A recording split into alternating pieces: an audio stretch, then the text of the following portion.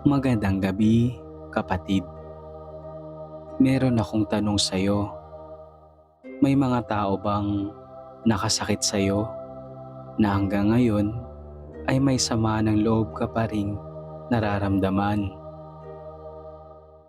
Hindi ito halata sa labas, pero alam mo sa sarili mo na nariyan pa rin ang sugat, nariyan pa rin ang kirot. Alam mo ba na ang lihim na galit ay isang lasod na unti-unting pumapatay sa kalooban mo? Pero meron akong magandang balita para sa'yo. Hindi mo kailangang manatili sa kulungang yan. Sa video na ito, pag-uusapan natin kung paano tinuturo ng Biblia ang totoong kalayaan, ang kapatawaran na hindi lang para sa kanila, kundi lalo na para sa'yo. Kaya huwag kang bibitaw dahil baka ito na ang simula ng iyong paghilom. Sasamahan din kita sa panalangin matapos ng bawat paksa upang agad mong mailapit sa Diyos ang iyong nararamdaman.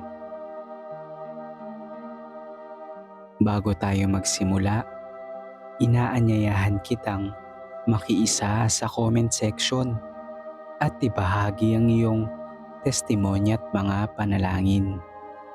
Sama-sama nating ipapanalangin ito. Pwede ka ring magmungkahi ng topics o format na gusto mong mapakinggan.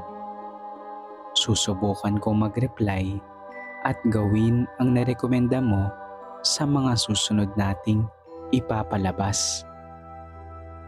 Kung gusto mong suportahan ang ginagawa ko sa channel na ito, maaari mo itong gawin sa pamamagitan ng pag-like, pag-subscribe at pag-share ng video na ito sa mga mahal mo sa buhay na nais mo ring makatanggap ng mensahe mula sa Diyos sa mga oras na ito. Pagpalain ka nawa ng Diyos. Ngayon, kung handa ka na, halina, makinig at matuto hanggang sa makatulog mula sa ating aralin na galing sa Biblia. Saan hahanapin sa Biblia kung may lihim kang galit sa iba? Lucas chapter 6. Ang Lucas chapter 6 ay puno ng mga katuroang nagpapakita kung paano dapat tayo makitungo sa kapwa, lalo na kapag may hindi pagkakaunawaan o sama ng loob. Kung ikaw ay may lihim na galit sa iba, ang mga turo ni Jesus sa kabanatang ito ay nagbibigay ng malinaw na gabay upang mapalaya ka mula sa galit at mapalitan ito ng pag-ibig at pagpapatawad. Naririto ang mga eksaktong sanggunian sa Lucas chapter 6 at ang koneksyon nito kung may lihim kang galit sa iba. Binanggit sa verses 27 hanggang 28 ng kabanata. Ngunit sinasabi ko sa inyong mga nakikinig, ibigin ninyo ang inyong mga kaaway. Gawan ninyo ng mabuti ang mga napupuot sa inyo. Pagpalain ninyo ang sumusumpa sa inyo at ipanalangin ninyo ang umaapi sa inyo. Ang lihim na galit ay isang anyo ng pagkamuhi na maaaring manahan sa puso ng hindi halata sa panlabas. Ngunit sa talatang ito, tinatawag tayo ni Jesus na lumagpas sa natural na reaksyon ng paghihiganti o galit. Sa halip, ibigin pagpalain at ipanalangin ang mga taong pinanggagalingan ng ating galit. Ipinapakita nito na ang tunay na pagsunod kay Kristo ay hindi lang panlabas, kundi pagbabago rin ng kalooban. Sinasabi sa verses 35 hanggang 36, "Ngunit ibigin ninyo ang inyong mga kaaway at gumawa kayo ng mabuti, at kayo'y magpahiram na hindi umaasa ng anuman, at magiging dakila ang inyong gantimpala, at kayo'y magiging mga anak ng kataas-taasan, sapagkat siya'y mabait sa mga hindi mapagpasalamat at masasama. Maging maawain kayo, gaya ng inyong ama na maawain." Itinataguyod ng talatang ito ang awa bilang panlaban sa galit. Ang galit ay naghahangad ng kaparusahan, samantalang ang awa ay naghahangad ng pagpapatawad. Ang lihim na galit ay tinutunaw ng pag-ibig at gawaing mabuti kahit sa mga taong mahirap mahalin. Ito naman ang sinasabi sa verse 37 ng kabanata. "Huwag kayong humatol at hindi kayo hahatulan. Huwag kayong magparusa at hindi kayo paparusahan. Magpatawad kayo at kayo'y patatawarin." Ang lihim na galit ay kadalasang bunga ng paghusga at pagkikimkim. Ngunit hinihikayat tayo dito ni Jesus na huwag humatol at magparusa, kundi magpatawad.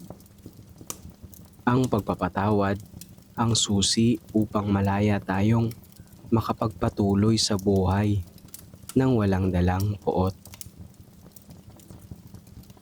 Samahan mo ko para sa isang maikling panalangin batay sa Lucas chapter 6 kung ikaw ay may lihim na galit sa iba. Amang mapagpatawad, salamat po sa iyong salita na nagtuturo sa akin na magmahal kahit sa mga taong nakasakit sa akin. Inaamin ko pong may galit akong itinatago sa aking puso. Tulungan mo kong palitan ito ng pag-ibig, habag, at panalangin para sa kanila. Nais kong sumunod sa iyong halimbawa, Panginoong Hesus, na nagmahal at nagpatawad kahit sa iyong mga kaaway. Bigyan mo ako ng kapakumbabaan na patawarin ang mga nakasakit sa akin at kapayapaan sa puso na hindi ko kayang likain sa aking sarili. Linisin mo po ang aking damdamin at pagkatao upang maging tunay na anak mo. Sa pangalan ni Jesus, Amen.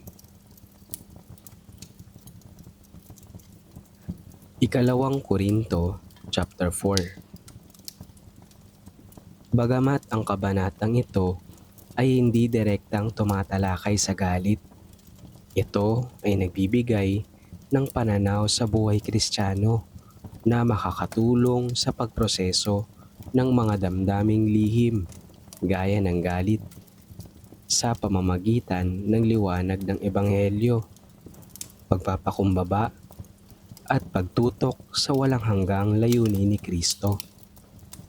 Kung ikaw ay may tinatagong galit sa puso, ang kabanatang ito ay nagsisilbing paalala na ang ating buhay ay hindi umiikot sa pansamantalang damdamin, kundi sa paglilingkod at sa liwanag ni Kristo.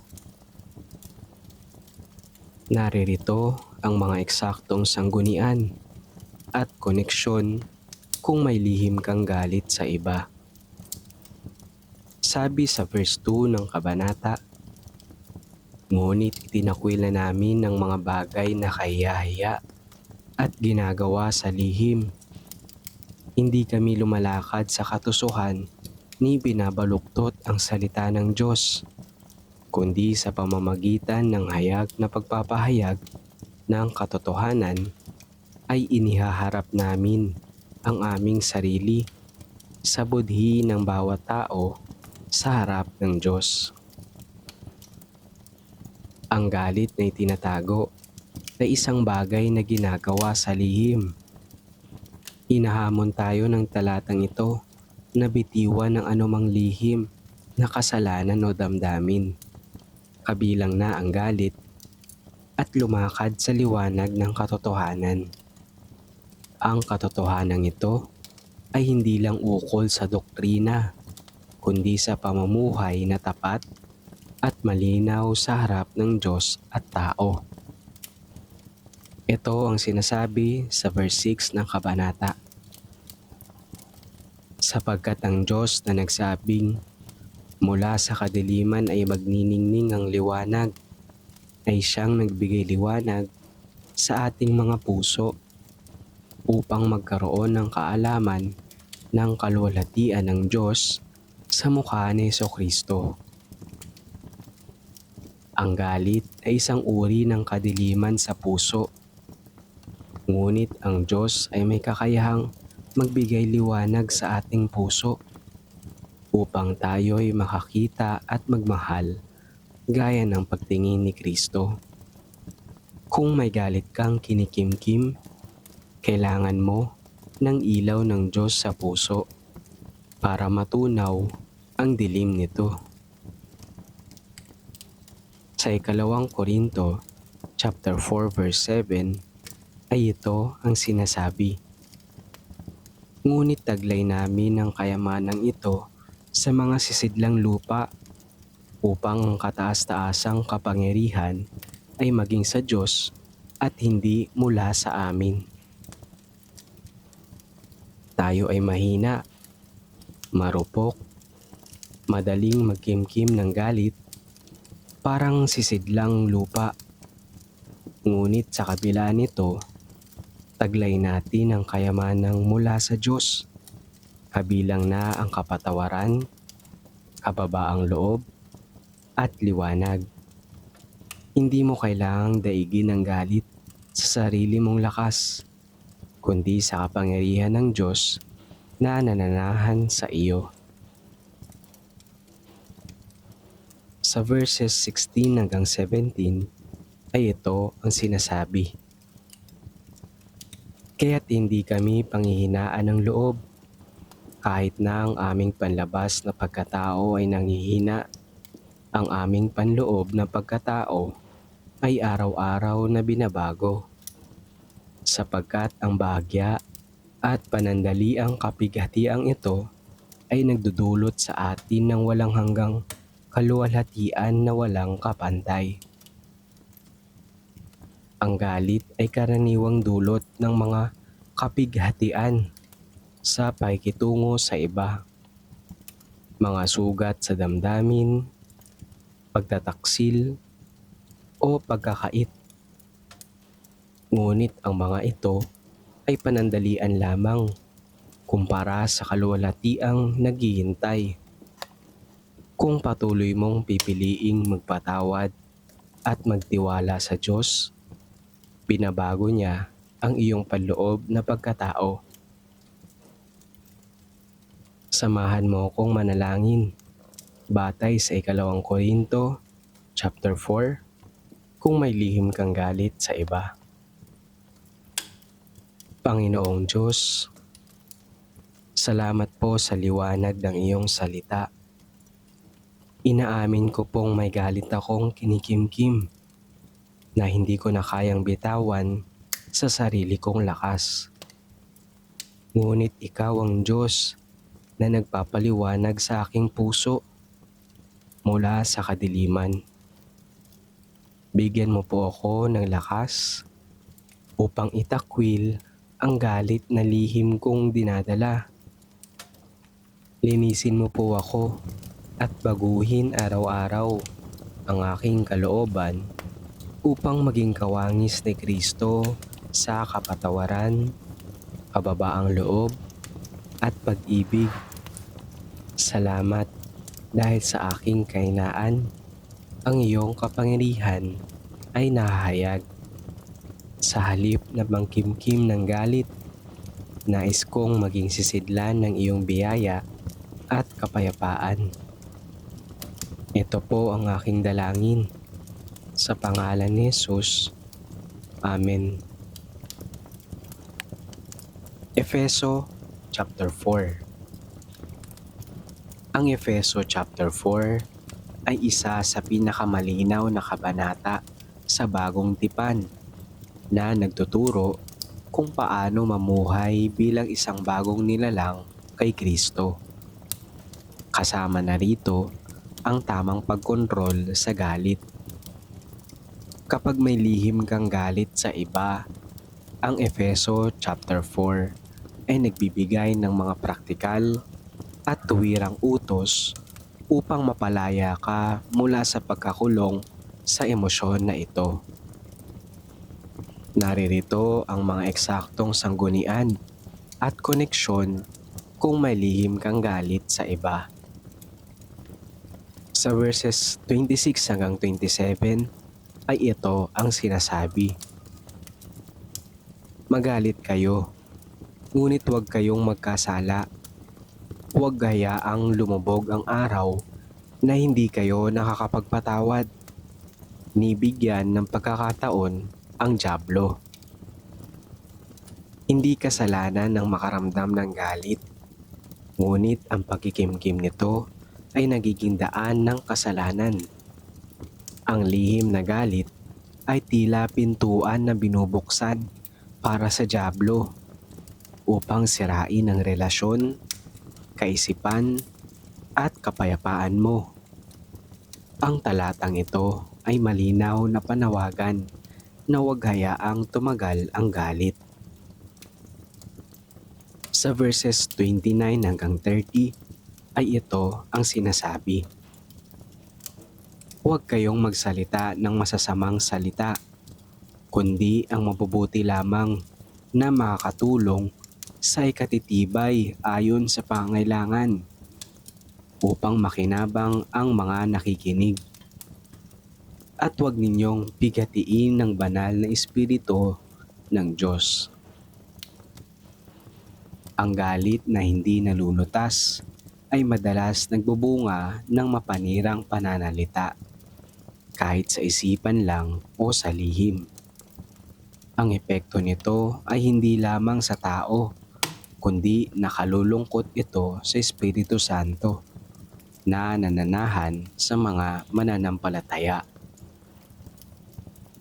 Sa verses 31 hanggang 32 ay ito ang sinasabi.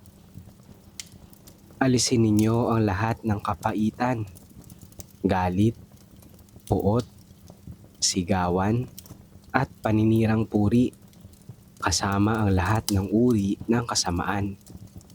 Sa halip, kayo'y maging mabait sa isa't isa, mahabagin, at nagpapatawaran, tulad ng pagpapatawad sa inyo ng Diyos kay Kristo. Ito ang pinakatumpak na utos laban sa lihim na galit. Ang lahat ng galit, pait, at paninira, kahit hindi lantad, ay dapat alisin. Ang halili sa galit ay kabaitan, habag, at pagpapatawad, katulad ng ginawa sa atin ni Kristo. Walang lugar ang galit sa pusong pinatawad na ng Diyos.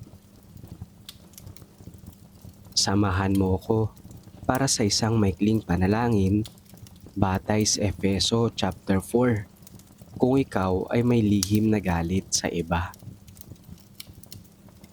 Amang Diyos, salamat po sa iyong salita na nagsisilbing salamin ng aking puso. Inaamin ko pong may galit akong kinikimkim laban sa iba. Galit na tahimik, ngunit lason sa aking kalooban. Patawarin mo po ako.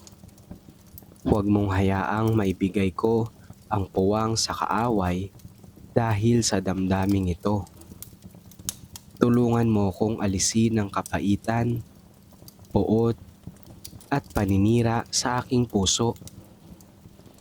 Itanim mo sa akin ang kabaitan, habag, at tunay na pagpapatawad. Tulad ng pagpapatawad mo sa akin sa pamamagitan ni Kristo, turuan mo kong magpatawad din. Palayain mo po ako mula sa lihim na galit upang ako'y mamuhay sa kapayapaan at kabanalan. Sa pangalan ni Jesus. Amen. Saan hahanapin sa Biblia kung kailangan mong patawarin? Mateo chapter 23. Ang Mateo chapter 23 ay isang kabanata kung saan kinokondena ni Jesus ang mga iskriba at fariseyo dahil sa kanilang pagkukunwari o hipokrisi, pagiging mapagmataas, at kakulangan ng awa at katarungan.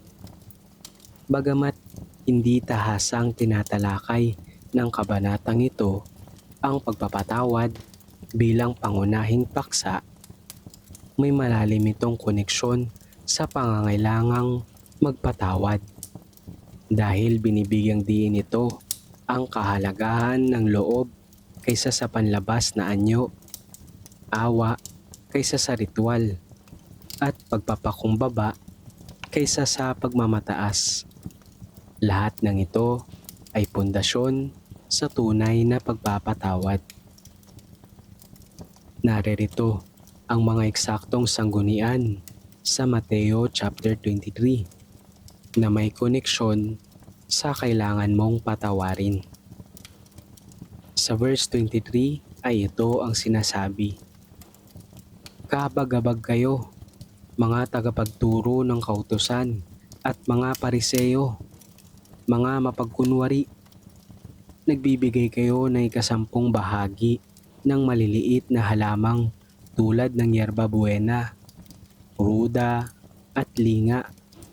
Ngunit kinakalimutan naman ninyong isagawa ang mas mahalagang turo sa kautusan, ang katarungan, ang paghahabag, at ang katapatan. Dapat ninyong gawin ng mga ito nang hindi kinakaligtaan ang ibang utos." Ang awa na binanggit dito ay tumutukoy sa isang pusong nagpapatawad at hindi nagtatanim ng galit. Isa sa pinakamalalim na anyo ng awa ay ang pagpapatawad, lalo na sa mga nakasakit sa atin. Sa verses 25 hanggang 26 ay ito ang sinasabi, "Kahabag-habag kayo, mga tagapagturo ng kautusan at mga pariseyo, mga mapagkunwari. Nililinis ninyo ang labas ng tasa at pinggan, ngunit ang mga iyon ay puno ng kasakiman at pagiging makasarili. Bulag na pariseyo, linisin mo muna ang nasa loob ng tasa at pinggan at magiging malinis din ang labas nito." Ang pagpapatawad ay isang bagay na nanggagaling mula sa loob. Ang hindi pagpapatawad ay isang dumi sa puso, tulad ng kasakiman o galit. Inihikayat ni Jesus ang paglilinis ng loob at kasama rito ang pagbitaw sa sama ng loob.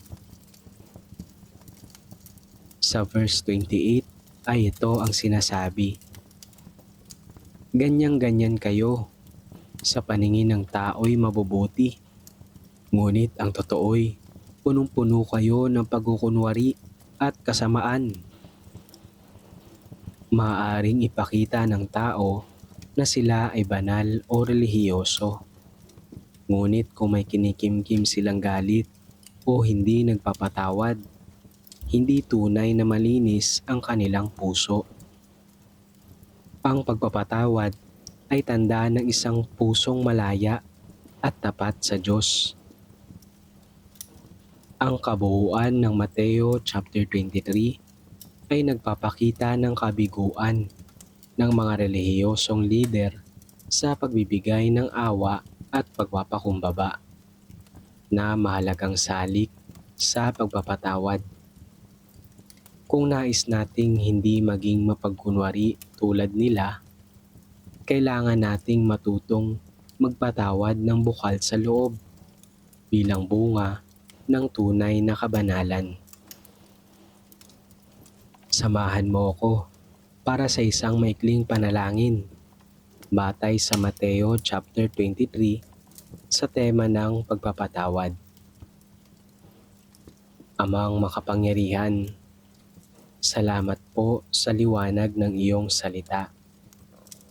Inaamin ko po na madalas akong nakakalimot sa tunay na kahulugan ng kabanalan, ang pagkakaroon ng pusong mapagpakumbaba, mahabagin at handang magpatawad.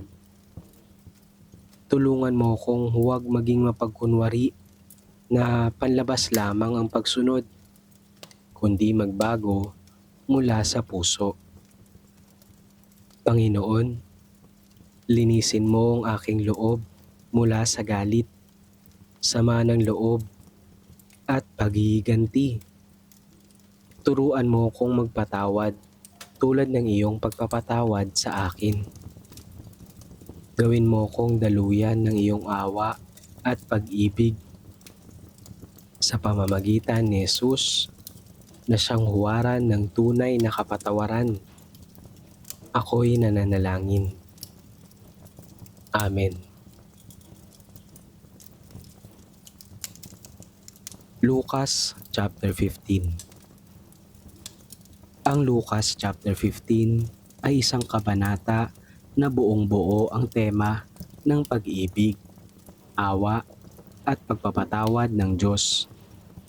Sa konteksto ng temang kailangan mong patawarin, ito ay isang napakahalagang kabanata sapagkat dito makikita ang tatlong talinghaga na nagpapakita kung paano ang Diyos ay mapagpatawad at paano rin tayo tinatawagan na magpatawad tulad niya.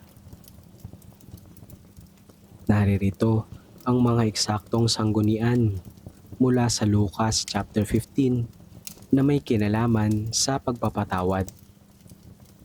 Sa verses 11 hanggang 32, ibinahagi dito ang parabulo ng alibughang anak o the parable of the prodigal son. Ito ang pinakatanyag sa mga talinghaga sa kabanatang ito na nagpapakita ng matinding pagpapatawad ng ama sa kanyang alibughang anak. Ito ang sinasabi sa verse 20. At siya'y nagpasyang umuwi sa kanila. Malayo pa'y natanaw na siya ng kanyang ama, at dahil sa matinding awa ay patakbo siyang sinalubong, niyakap at hinalikan. Ang ama dito ay sumasagisag sa Diyos. Hindi siya naghintay ng paliwanag o pagbabayad ng anak. Bagkus, agad siyang nagpatawad, buong puso at may tuwa.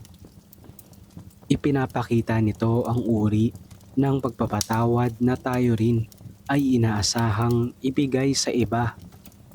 Hindi batay kung sila'y karapat-dapat, kundi batay sa ating pag-ibig at habag. Sa verses 28 hanggang 30, ibinahagi dito ang kapatid na galit at ayaw magpatawad. Ito ang sinasabi sa mga talata. Nagalit ang panganay at ayaw niyang pumasok sa bahay. Pinuntahan siya ng kanyang ama at pinakiusapan. Ngunit sumagot siya, "Pinaglingkuran ko kayo sa loob ng maraming taon, at kailanmay hindi ko kayo sinuway. Ngunit ni minsay hindi ninyo ako binigyan ng kahit isang maliit na kambing para magkasayahan kami ng aking mga kaibigan. Subalit nang dumating ang anak ninyong ito na lumustay ng inyong kayamanan sa masasamang babae, ipinagpatay pa ninyo siya ng pinatabang guya. Ang kapatid na panganay ay ayaw magpatawad.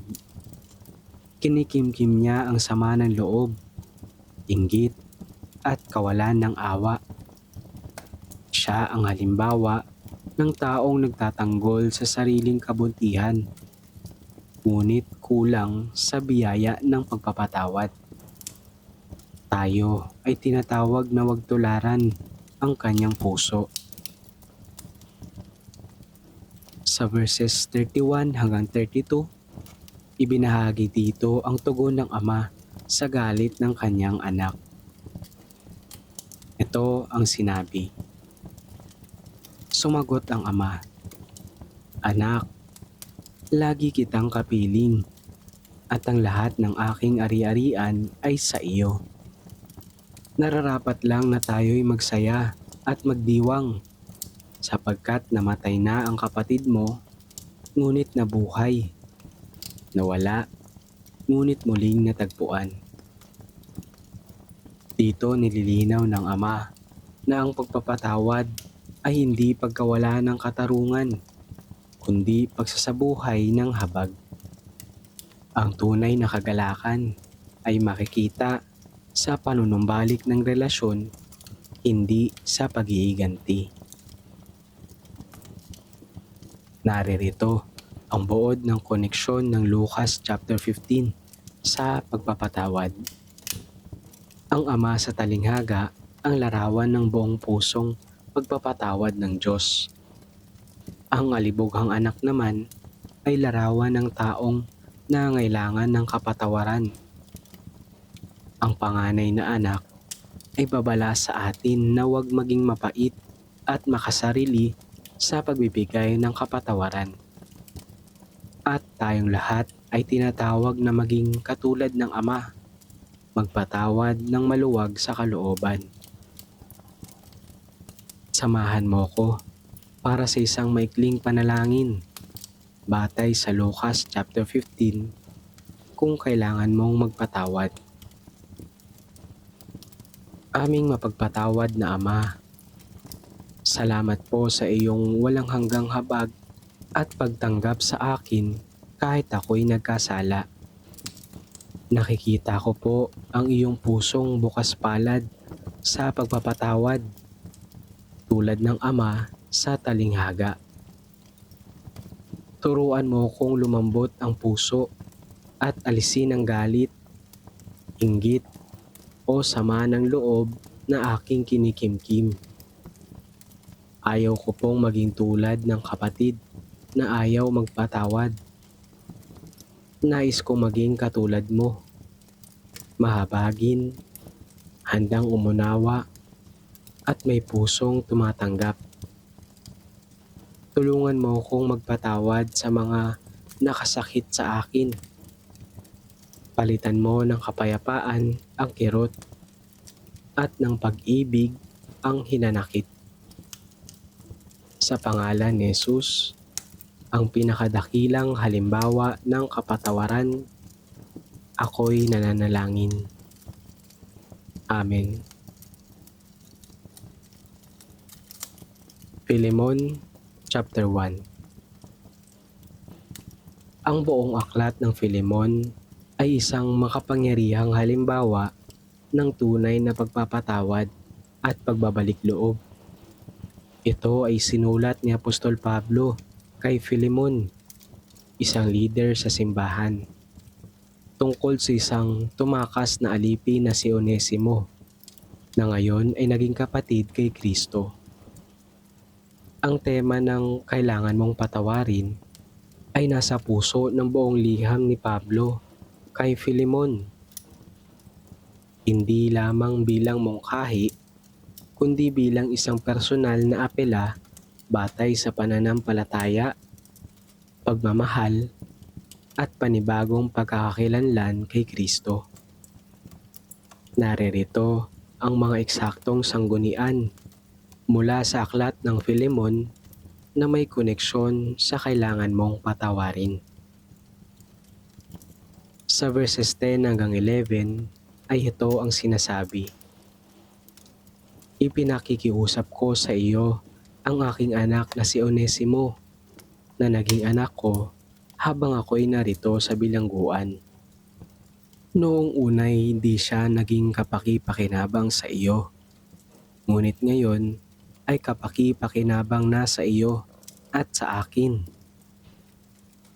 Si Onesimo ay dating takas at maaaring magnanakaw, ngunit ngayon ay binago na ni Kristo. Inaanyayahan ni Pablo si Filemon na patawarin siya, tanggapin muli at kilalaning bagong nilalang sa pananampalataya. Sa verses 15 hanggang 16 ay ito ang sinasabi. Maaaring kaya siya inalis sa iyo ng sandaling panahon ay upang muling mapasa iyo siya habang panahon. Ngunit hindi na bilang alipin, kundi higit pa sa isang alipin, bilang isang minamahal na kapatid. Lalo na sa akin, at higit pa sa iyo, kapwa bilang tao at kapatid sa Panginoon.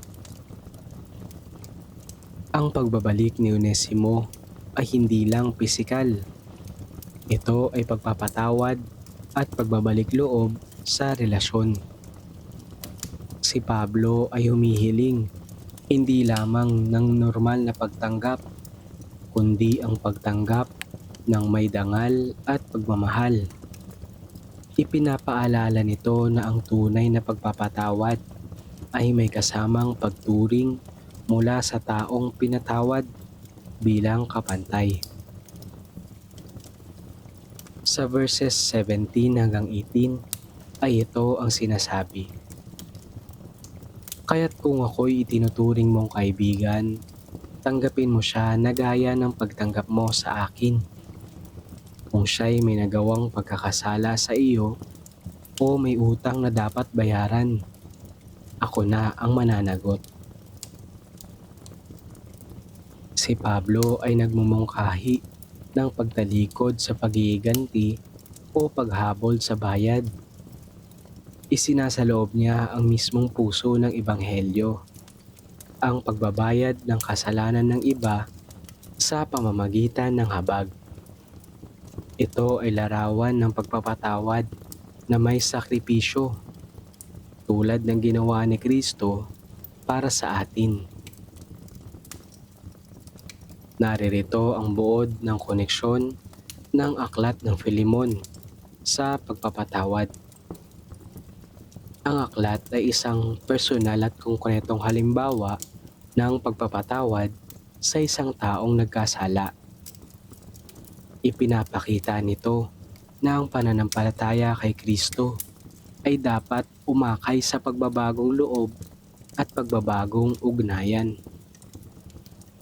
Ang pagpapatawad ay hindi lamang personal na kagustuhan, kundi pagsunod sa pag-ibig ni Kristo.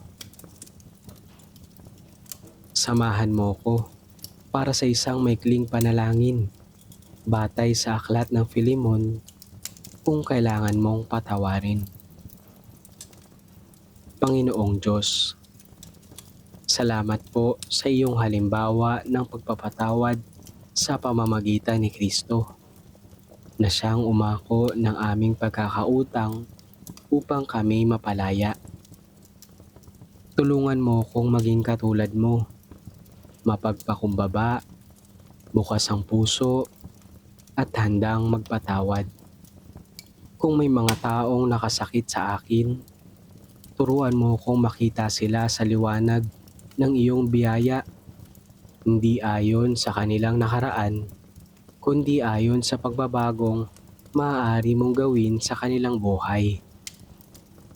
Kung ako naman ang kailangang humingi ng tawad, bigyan mo ko ng lakas ng loob at kababaang loob.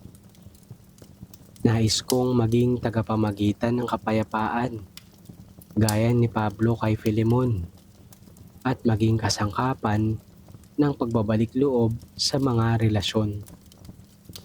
Sa pangalan ni Jesus, na tumubos sa lahat ng aming kasalanan, ako'y nananalangin.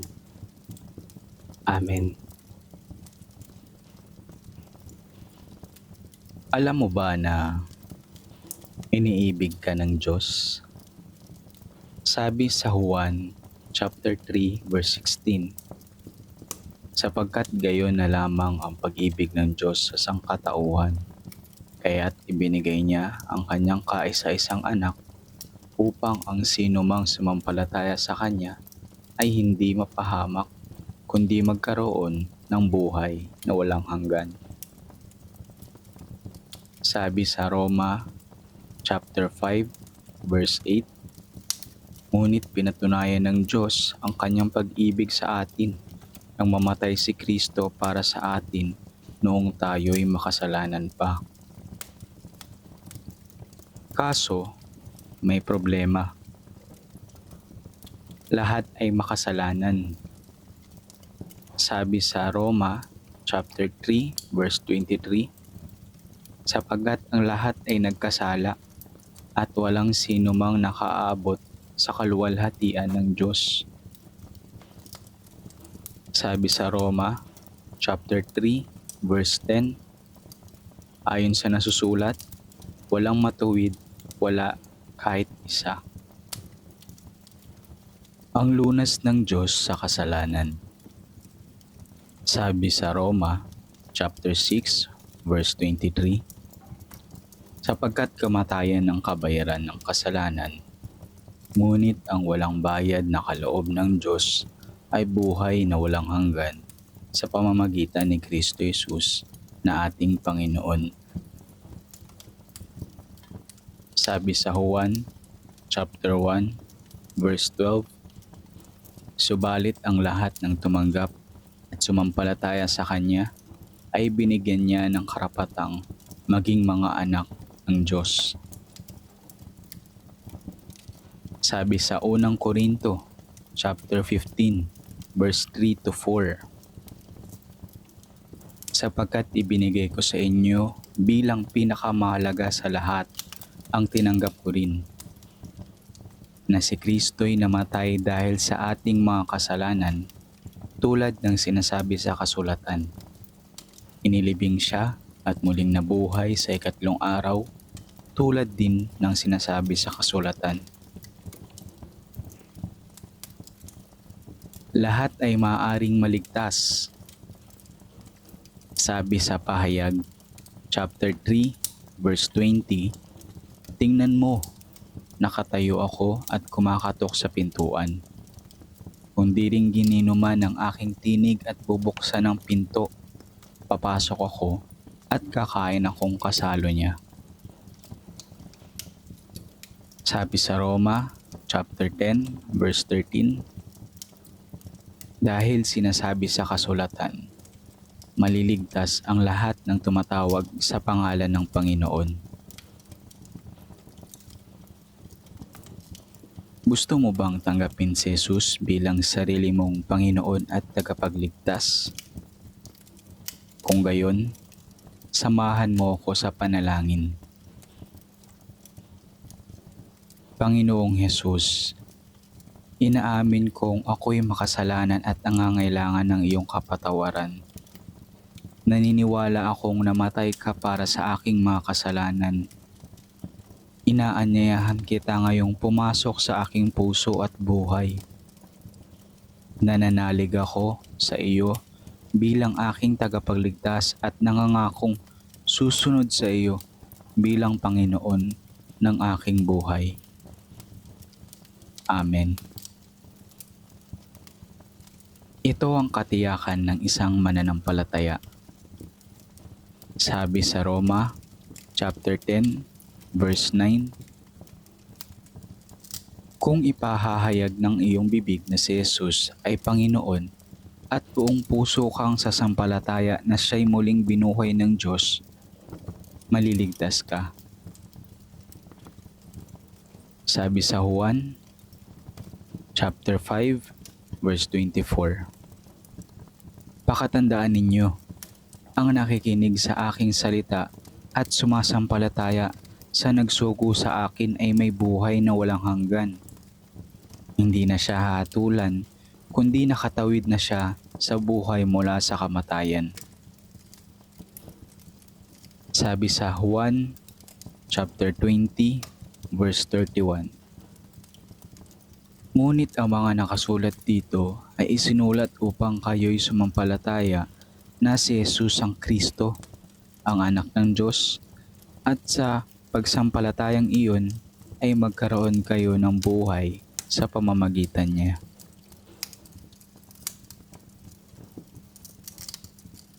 Mga awit, chapter 4, verse 8.